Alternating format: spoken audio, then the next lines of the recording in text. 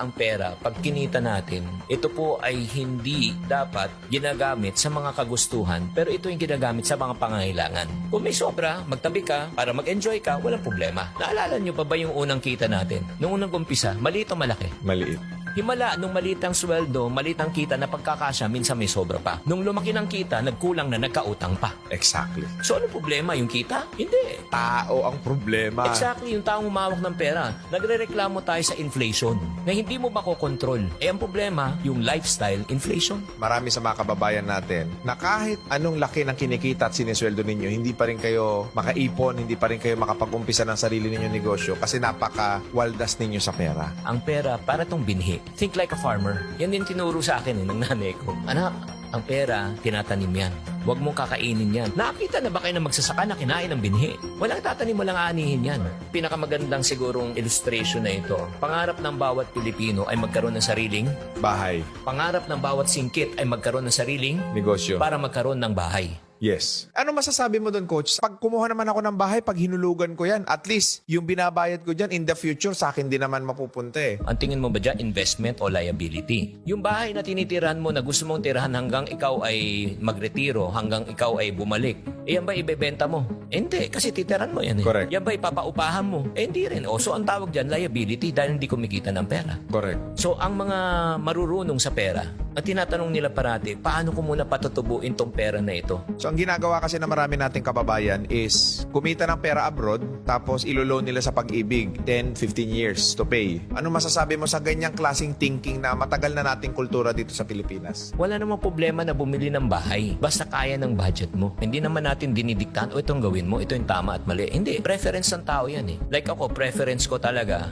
ay kailangan magtiis ka ngayon. Kaysa ngayon, magpakasasa ka, magpakasarap ka, pero sisingilin ka. Kaya nga doon nga lumabas yung nasulat kong aklat ng Diary of a Pulubi. Paulit-ulit na lang yung mga concern na mga dumalapit sa akin. Online na utang ngayon na Yung prevalent. online lending app. Nakakaawa talaga. Pag tinanong ko, bakit pa kayo nagkautang? Una, ang feeling nila, hindi na uubos yung pera. Kasi iniisip nila may papasok pang sweldo. So, uutangin na nila in advance. Yun po yung mga bagay na yun. Kaya naisulat yung aklat niya, nakikita ko na talaga, yun nga yung mga weakness eh. Sa OFW, sobrang matulungin na pulubi later. Panay sakripisyo na hindi na nila iniisip ang kanilang sarili. At ito pa ang pinakamasakit sa pagtulong. 9 na beses kang tumulong. 1 beses ka lang tumanggi. Napakasama mo na, kuripot ka na, makasarili ka pa. Kaya napakahirap na maging OFW. Naging masama pang tao. Kawawa talaga. Pag nagbago ang financial mindset ng isang tao, magbabago talaga ang buhay. Yes. Meron nga akong isang matinding realization dyan kung bakit maraming mahirap sa Pilipinas. I mean, hindi ko sinisisi yung mga malls. Nasa Pilipinas ang pinakamalalaking mall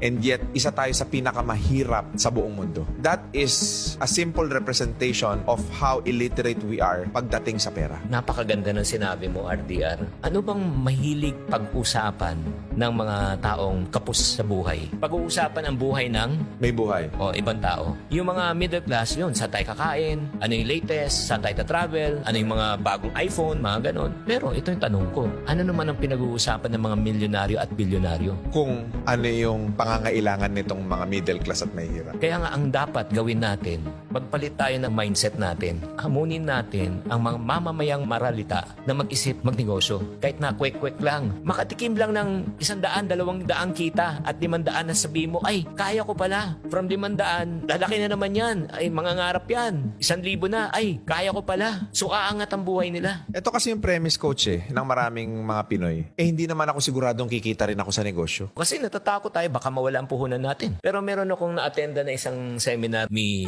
Senator Manny Villar. Sabi niya, nagtataka ako sa ating mga Pilipino. Bakit tayo natatakot mamuhunan at mag-umpisa ng negosyo? Walang-wala na tayo eh. Nasa ilalim ka na nga eh. Ano pang mawawala sa'yo? Wala ka na at the first place. Ang dapat daw matakot na mamuhunan yung mga tao may milyon at bilyon. Nakakatakot mag-drive pag di mo alam. Nakakatakot mag-bike pag di mo alam. So ano solusyon? Pag-aralan mo. Natatakot ka magnegosyo at mag-invest dahil hindi mo. Alam. So ano solusyon? Alamin mo. Kung gusto nyong maging magaling sa pera, ayusin yung mindset. Tama. Isa pang aral na tinuro sa akin ng aking ina. Nung minsan